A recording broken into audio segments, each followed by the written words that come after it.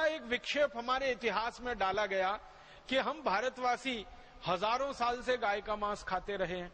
अब हजारों साल से कोई देश गाय का मांस खाता रहा हो, उस देश में गो हत्या को बंद कराने के लिए कोई अपना बलिदान कैसे दे सकता है? फिर एक मिनट के लिए आप ये सोचो कि अगर भारतीय समाज गाय का मांस खाने वाला समाज है, तो फिर भारतीय समाज में गोरक्षा का आंदोलन क्यों होना चाहिए?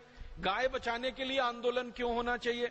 गाय की रक्षा करने के लिए हमारे नागरिकों ने अपना जीवन दिया है, वो जीवन उन्हें क्यों देना चाहिए? हमारे इतिहास में तो एक बहुत बड़ा उदाहरण मिलता है अमर शहीद मंगल पांडे का, जिन्होंने गोरक्षा से आंदोलन की शुरुआत की और देश की आजादी का आंदोलन वो बन गया पूरे भारतवर्ष में, और उसने आग लगा दी पूरे देश को।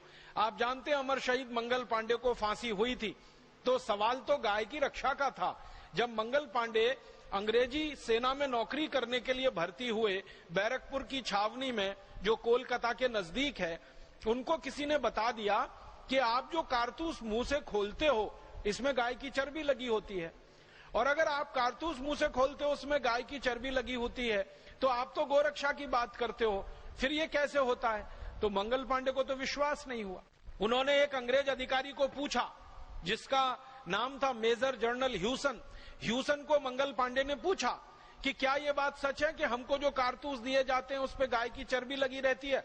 मेजर जनरल ह्यूसन ने ना हाँ कहा ना कहा। मंगल पांडे ने फिर पूछा, फिर उत्तर नहीं मिला, तो उनको गुस्सा आ गया और उनके हाथ में जो बंदूक थी, राइफल थी, उसको उन्होंने चला दिया और ह्यूसन को मार डाला। ह्यूसन की हत्या हो गई। और ये काम मंगल पांडे ने बहुत सोच समझ के किया था, पूरे होशो हवास में किया था और विवेक के साथ किया था। और ये घटना घटित हुई, आप जानते हैं, 29 अप्रैल 1857 को मंगल पांडे को गिरफ्तार करके फिर उनके ऊपर मुकदमा चला। उस पूरे मुकदमे की सुनवाई के दौरान मंगल पांडे ने जो सबसे बड़ी बहस की, उन्होंने अपना वकील नहीं किया था, खुद अपनी बहस की, और उस बहस में वो बार बार ये कहते रहे कि मेरे भारत की जमीन पर अंग्रेज आए, हमारे देश पर उन्होंने कब्जा किया, हमारी गौ माता की हत्या की, हमको गुलाम बनाया, हमारी लूटपाट की, हम ये बर्दाश्त नहीं कर सकते। गाय हमारी मां है और हमारी मां का कोई अंग्रेज कत्ल करे, ये तो मैं बर्दाश्त नहीं कर सकता, इसलिए अंग्रेजों को तो मैं नहीं छोड़ सकता। अगर मुझे आपने जिंदा रखा तो और 2, 4, 5 अंग्रेज अधिकारियों को मैं ऐसे ही मारूंगा जैसे मैंने मेजर ह्यूसन को मारा। इस पर पूरे देश में क्रांति की और बगावत की शुरुआत हुई थी। तो आप जरा कल्पना करो कि जिस देश के नागरिक गाय की रक्षा करने के लिए बलिदान होने को तैयार हैं, गाय कटने से बंद हो, गाय बचे, उसके लिए वो अपना आत्मोत्सर्ग करने को तैयार हैं, उस देश के लोग गाय का मांस कैसे खा सकते हैं? हमारे वेदों में कोई प्रमाण इसका नहीं मिलता।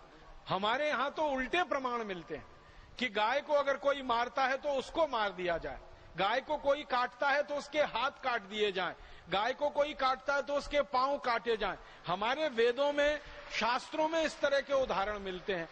तो जिन वेदों में, उपनिषदों में, अन्य शास्त्रों में गाय को कत्ल करने वाले को फांसी दी जाए, ऐसे उदाहरण मिलते हों, वहां कैसे संभव है कि गाय की हत्या करने वाले लोग हों या गाय का मांस खाने वाले लोग हों? अंग्रेजों ने ये सारा विक्षेप हमारे शास्त्रों में भरवाया।